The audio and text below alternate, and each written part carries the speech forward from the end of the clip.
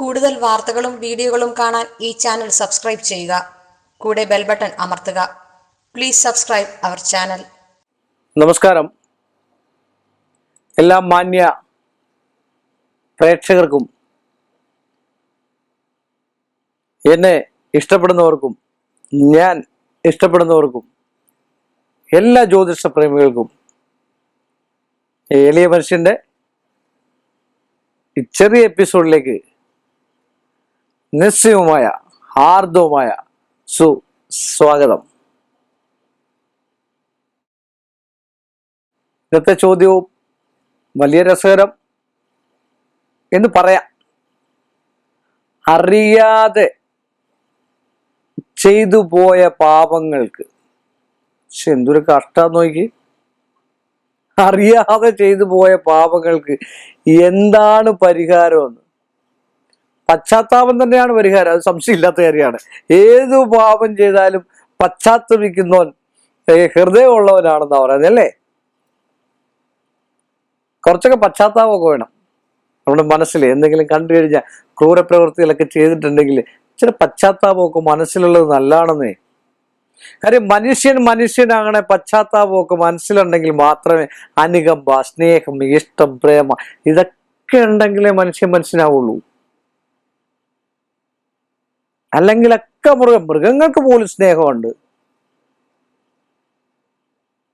സംശയമില്ലാത്ത കാര്യമാണ്. മനുഷ്യനാണ് ഇന്നത്തെ ഈ ലോകത്ത് അന്യോന്യം അങ്ങോട്ടും ഇങ്ങോട്ടും ഒക്കെ അടിക്കുന്നത്. അതിൽ കമന്റ് എഴുതുമ്പോൾ നിങ്ങൾ പ്രത്യേകം ശ്രദ്ധിക്കുക. വ്യക്തമായിട്ട് വേണം കമന്റ് എഴുതി. ഇത് ഒത്തിരി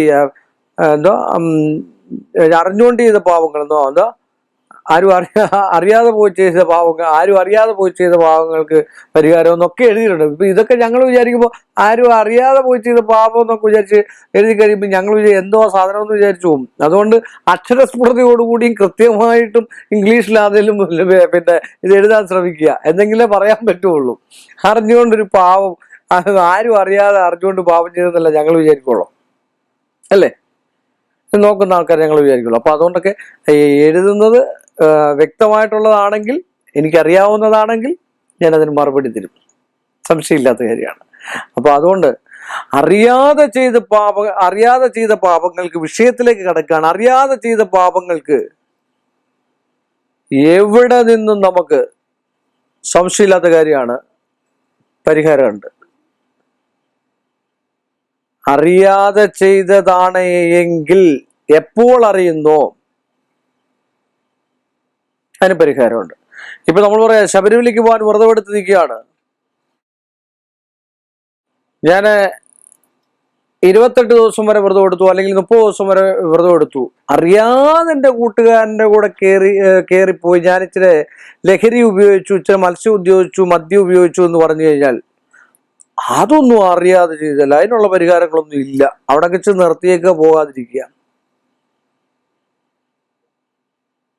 ഇപ്പൊ അറിയാതെ കൂട്ടത്തിൽ നമ്മളൊരു വ്രതം എടുക്കുന്ന കൂട്ടത്തിൽ ഒരു സഞ്ചാരം നടത്തി നിങ്ങൾക്ക് എന്തെങ്കിലും രോഗമോ മറ്റു കാര്യം ഉണ്ടെങ്കിൽ ഒരു ആഹാരം കഴിക്കണം, എങ്കിലും കടയൊന്നും ഇല്ലാതെ അബദ്ധം പറ്റി കിട്ടുന്ന സമയത്ത് കിട്ടുന്ന രീതിയിൽ ആ വിശപ്പിനുള്ളിൽ കഴിച്ചിട്ട് പിന്നെ അയ്യോ എന്ന് പറഞ്ഞു കഴിഞ്ഞാൽ അതൊരു അബദ്ധമാണ്. അപ്പൊ അന്നേരം കളഞ്ഞേക്കുക. അല്ലെങ്കിൽ അതിനനുസരിച്ചുള്ള സാധനം കയ്യിൽ കരുതുക. പാപം പലതുണ്ട്. പാപം ചെയ്തിട്ടുണ്ടോ എങ്കിൽ പറഞ്ഞുതരാൻ പരിഹാരം. പാപം ചെയ്തിട്ടുണ്ടെങ്കിൽ നിങ്ങൾ അറിയാത്ത പാപത്തിന് ഏത് രീതിയിലാണ് നിങ്ങൾ പാപം ചെയ്തിരിക്കുന്നത് അതിന് പരിഹാരമുണ്ട്. വസ്ത്രദ്രവ്യദാനം. 41 ദിവസം വ്രതമെടുത്ത് ക്ഷേത്ര ദർശനം കഴിച്ച് വീണ്ടും ഒരിക്കലും നമ്മൾ ചെയ്യത്തില്ലെന്ന് ഭഗവാന്റെയോ ഭഗവതിയുടെയോ മുന്നിൽ ആദ്യം അമ്മയോ അച്ഛനോ ഉണ്ടെങ്കിൽ, പഴയ കാലത്തെ ആചാര്യന്മാർ പറഞ്ഞ അമ്മയോ അച്ഛനോ ഉണ്ടെങ്കിൽ അമ്മയുടെ അച്ഛന്റെയും കാൽ വന്നിച്ച് പുരാതനപരമായിട്ടുള്ള വിഷയത്തിലാണ് പരദേവതാ സംഘത്തിൽ പരദേവതയുടെ അടുക്ക പോയി, അല്ലെ കുടുംബക്ഷേത്രത്തിലെ ധർമ്മദൈവത്തിന്റെ അടുക്ക പോയി അഖില പ്രായശ്ചിത്തമായിട്ട്, ചിലപ്പോൾ അമ്മയത് സ്വീകരിക്കണമെന്നില്ല, അഖില പ്രായശ്ചിത്തമായിട്ട് അവിടെ ചെന്ന് വസ്ത്രദ്രവ്യദാനം നൽകണം. ആ വസ്ത്രദ്രവ്യദാനം നൽകിയിട്ട് ഏതെങ്കിലും നല്ലൊരു ജ്യോത്സ്യനെ കണ്ടിട്ട് കവടി വെച്ച് നോക്കണം, അമ്മയെ സ്വീകരിച്ചിട്ടുണ്ടോ. ഇപ്പൊ നമ്മളിപ്പോ ഒരു പിന്നെ എല്ലാരും പറയും ഞാൻ നടപ്പന്തൽ കെട്ടിക്കൊടുത്തു, ഞാൻ ഇന്ന സംഭവം കെട്ടിപ്പടുത്തു, ശ്രീ ഇന്ന ആളിന്റെ എന്നും പറഞ്ഞിട്ട് ഒരുപാട് ആളുണ്ട്. ബാനർ എഴുതി വെക്കുന്നവരും പോസ്റ്റർ എഴുതി വെക്കുന്നവരും ഒരുപാട് ആൾക്കാരുണ്ട്, സംശയമില്ലാത്ത കാര്യമാണ്. അപ്പൊ അത് കെട്ടിക്കൊടുത്തു കഴിഞ്ഞാൽ അവിടുത്തെ ഭഗവാൻ അത് സ്വീകരിച്ചിട്ടുണ്ടോ എന്ന് നോക്കണം. ഒന്നും അറിയാത്ത നിഷ്കളങ്കമായിട്ടുള്ള ഒരു കൊച്ചുകുട്ടിയെ കൊണ്ട് വെക്കുന്ന അതിനേക്കാളും കൂടുതൽ ചിലപ്പോൾ സ്വീകരിക്കുന്ന ഒരു പൂവായിരിക്കും.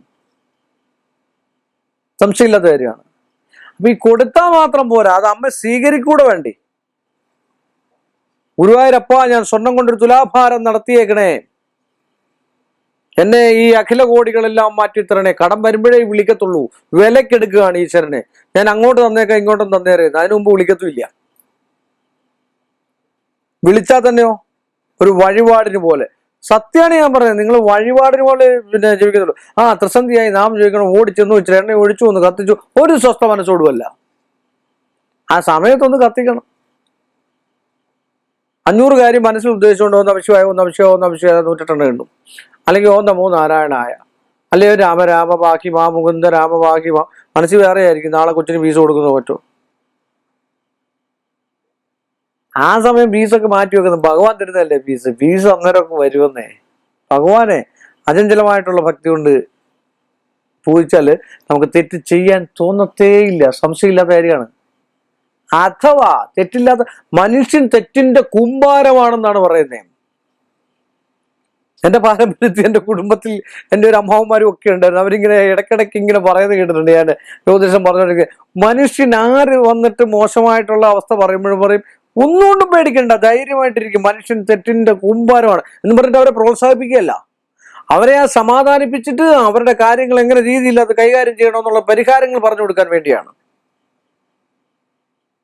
അല്ലാതെ എൻ്റെ ഇടയ്ക്ക് ഒരു തെറ്റ് ചെയ്ത് വന്നിട്ട് അയ്യോ ഇങ്ങനെ ചെയ്തു പോയോ, അത് ചെയ്തു കഴിഞ്ഞപ്പോൾ ഇങ്ങനെ ആയി പോയില്ലേ എന്ന് പറഞ്ഞു കഴിഞ്ഞാൽ വല്ല കാര്യമുണ്ടോ? ഒരു കാര്യമില്ല. അവരെ സമാധാനിപ്പിച്ച് അവര് വലിയ ഒരു സാധനം ഇറക്കി വെക്കാനായിരിക്കും നമ്മുടെ അടുക്കൽ വരിക.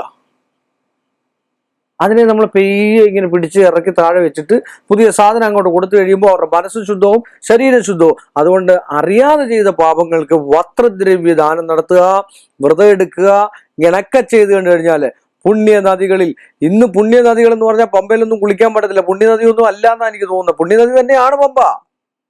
അങ്ങ് ശബരിമലയിൽ നിന്ന് വരുന്ന നദിയാണ്, നല്ല പുണ്യനദിയാണ്. പക്ഷെ ഇന്നിപ്പോ പിന്നെ അവിടെ പല ആൾക്കാരും വന്നതിന് ശേഷം വളരെ മോശമാക്കിയിട്ടിരിക്കുന്നതായിട്ടുള്ളതാണ് പമ്പ നദി കാണുന്നത്. നിങ്ങൾ അവിടെ ചെന്ന് പമ്പ ചെന്ന് കുളിക്കണം. കുളിച്ചിട്ട് പൊങ്ങുമ്പോൾ പുറത്ത് വേറെ സാധനങ്ങളൊക്കെ ഇരിക്കുന്നത് കാണാം. സത്യമാണ് പറഞ്ഞത്, സംശയമില്ലാത്ത കാര്യമാണ്. വളരെ പരിപാവനമായിട്ടുള്ള അത് പിന്നെ ആരുടെ കുഴപ്പമാണെന്ന് എനിക്കറിയില്ല, സർക്കാരിന്റെ ആണോ ദേവസ്വം ബോർഡിന്റെ ആണോ ആരുടെയാണെന്ന് എനിക്കറിയില്ല. പക്ഷെ കുളിച്ചിട്ട് പൊങ്ങിയ പല സാധനങ്ങളും പുറത്ത് കാണും, സംശയമില്ലാത്ത കാര്യമാണ്. പമ്പയെ കുളിക്കുന്നതും എന്ന് പറയുമ്പോൾ പമ്പയെ കുളിക്കണ്ടെന്നുള്ളതല്ല, പമ്പയെ കുളിക്കുന്നതും തമാശ രീതിയിൽ അങ്ങനെ പറയുന്നതേ ഉള്ളൂ. ഗംഗയെ കുളിക്കുന്നതും ഒക്കെ പാപം മാറാനായിട്ട്, പാപം നമ്മൾ തന്നെ ഏറ്റവും നല്ലത് പശ്ചാത്തപിക്കുകയാണെന്ന് പറഞ്ഞുകൊണ്ട് ഈ ഒരു എളിയ മനുഷ്യന്റെ പാപം ഒരുപാട്, ഞാനാണെങ്കിലും ഒരുപാട് പാപം ചെയ്തിട്ടുണ്ടായിരിക്കാം, ഒരു ജീവിയെ കൊന്നിട്ടുണ്ടായിരിക്കാം, അല്ലെങ്കിൽ ഒരു ഉറുമ്പിനെ കൊന്നിട്ടുണ്ടായിരിക്കാം, മറ്റു കാര്യങ്ങൾ ചെയ്തിട്ടുണ്ടായിരിക്കാം. ഒക്കെ അറിഞ്ഞോ അറിയാതെയും ചെയ്തിരിക്കുന്നതായിട്ടുള്ള പാപങ്ങള് മനസ്സോടുകൂടി പശ്ചാത്തപിച്ച് ഭഗവാന്റെ മുമ്പിൽ ഇറക്കി വെച്ചാൽ 100 വട്ടം ഭഗവാൻ മോക്ഷം തരും. സംശയമില്ല. മോക്ഷമില്ലാത്ത കാര്യമില്ലല്ലോ.